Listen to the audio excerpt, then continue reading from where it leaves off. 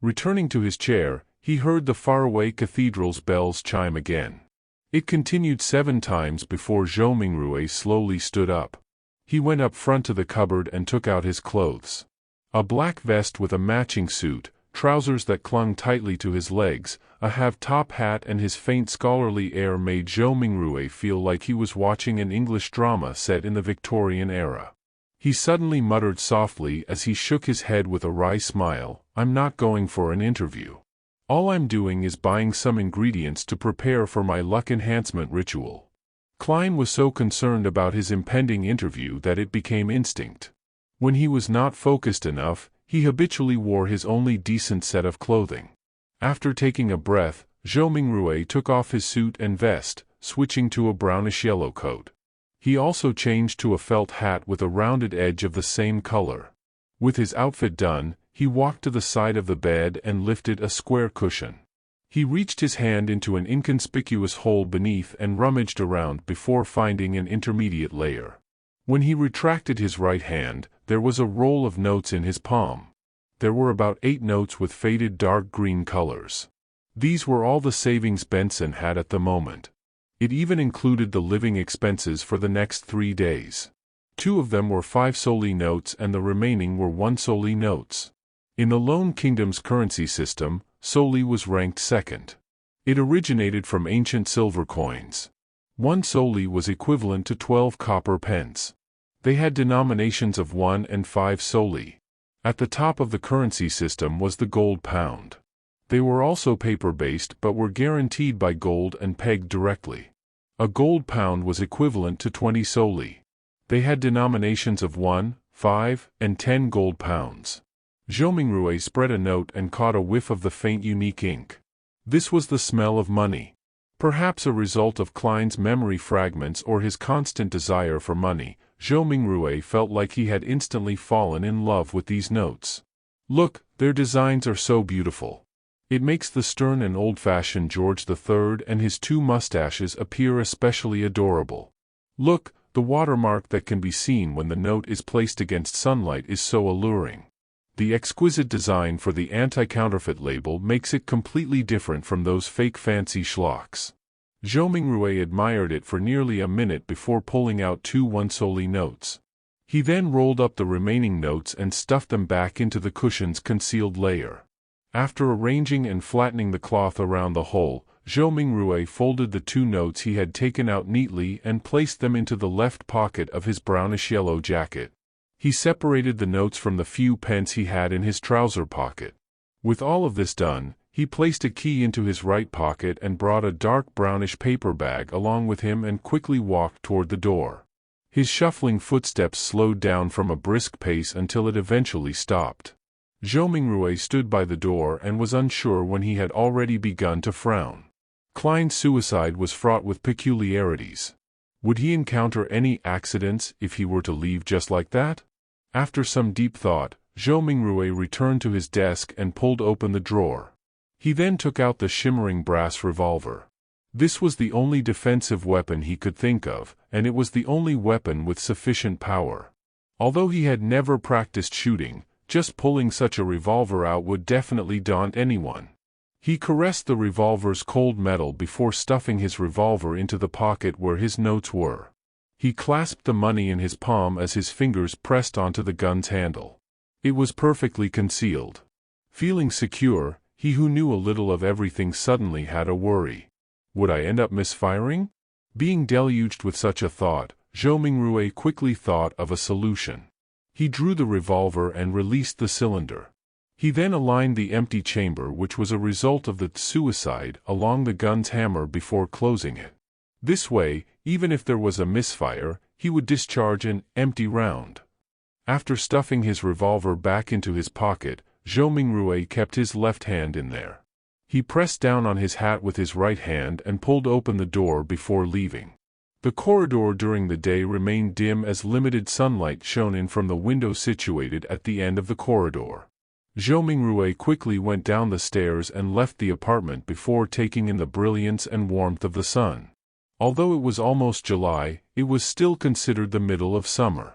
However, Tianjin was situated north of the Lone Kingdom, so it had unique climate characteristics.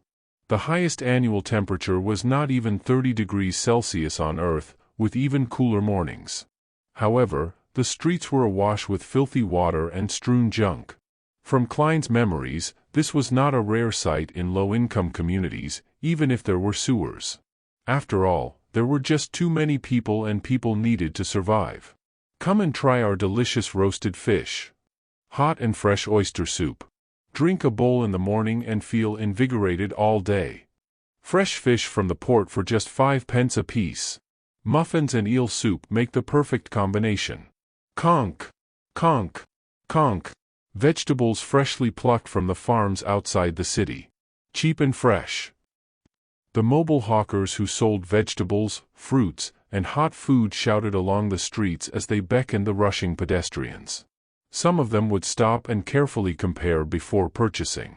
Others would impatiently wave their hands as they had yet to find work for the day. Zhou Mingrui took in a whiff of the air that mixed both noxious and fragrant aromas. As he clenched the revolver tightly in his left hand, he held the notes tight. He pressed down on his hat with his right hand while passing through the busy street, slouching a little.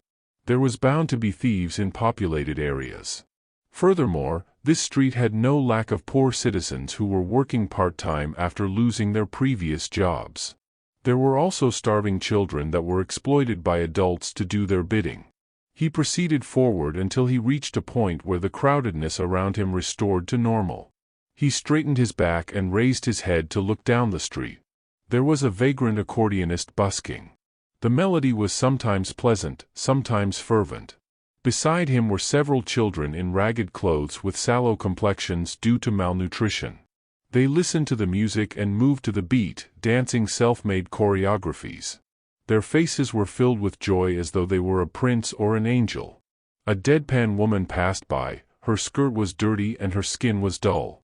Her gaze appeared dull and sluggish. Only when she looked at the bunch of children did a faint glow flash. It was as though she had seen herself from 3 decades ago. Zhou Mingrui overtook her and turned into another street before stopping at Smyron Bakery.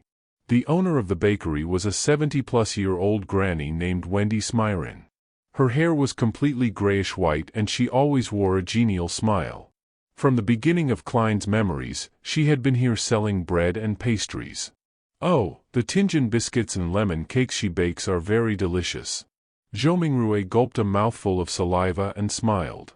Mrs. Smyron, 8 pounds of rye bread. Oh, dear Klein, where's Benson? Is he not back? Wendy asked smilingly. In a few more days, answered Zhou Mingrui vaguely. As Wendy took the rye bread, she sighed. He sure is a hard-working lad. He will have a good wife. Upon saying this, the corners of her lips curled up as she said playfully, all is good now.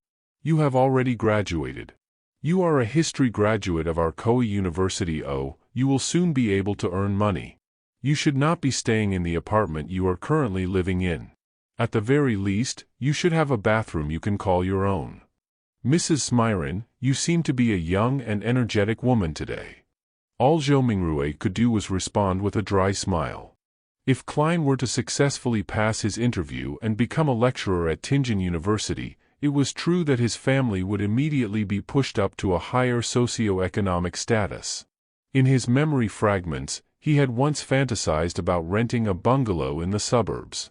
There would be 5 or 6 rooms, 2 bathrooms, a huge balcony upstairs, 2 rooms, a dining room, a living room, a kitchen, a bathroom, and an underground storage room on the first floor.